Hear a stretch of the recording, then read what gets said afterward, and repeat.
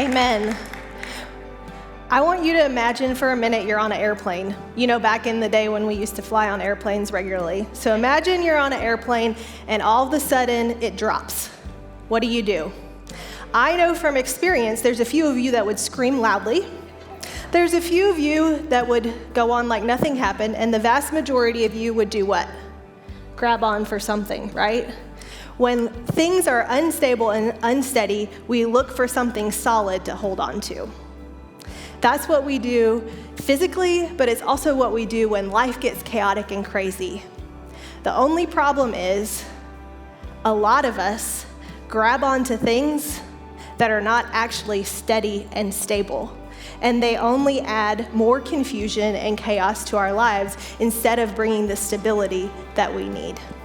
Situations and circumstances may not go our way, but God gives us an anchor for our souls so that when we're in the storms of life, we can anchor into Him and we can find stability and steadfastness. So ladies, I want to ask you tonight, what are you holding on to?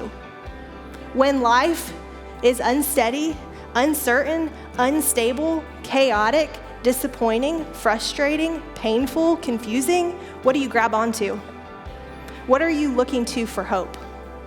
Are you looking out here to what you can see, what you can control, what you can do, what you can plan? Are you looking to God for His hope?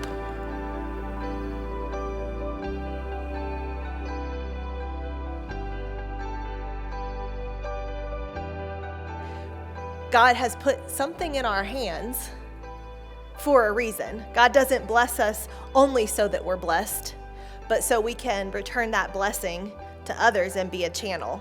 It's one thing to hear from God, and it's another thing to actually do what God says, right? So we want to do both. Relationships have domino effects. So relationships and generosity are not something we have to hold tight because God is generous and He's the source. And guess what? If He's the source, it's limitless.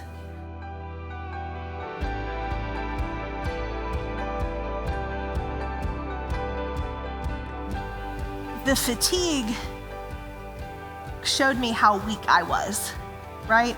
And every day I got up and I knew I don't have the strength for today. And on the surface, that doesn't seem like a good thing, but I found that it was actually a gift. Because in my weakness, I learned to depend on God's strength in a new way.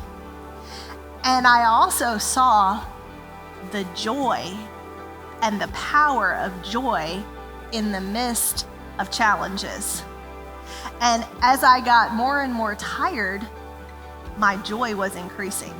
If you've lost your joy, it's yours to reclaim. You don't need the enemy's permission. You don't need your circumstances' permission. You don't need anybody's permission because God has offered it to you freely. You can reclaim joy right now in this moment.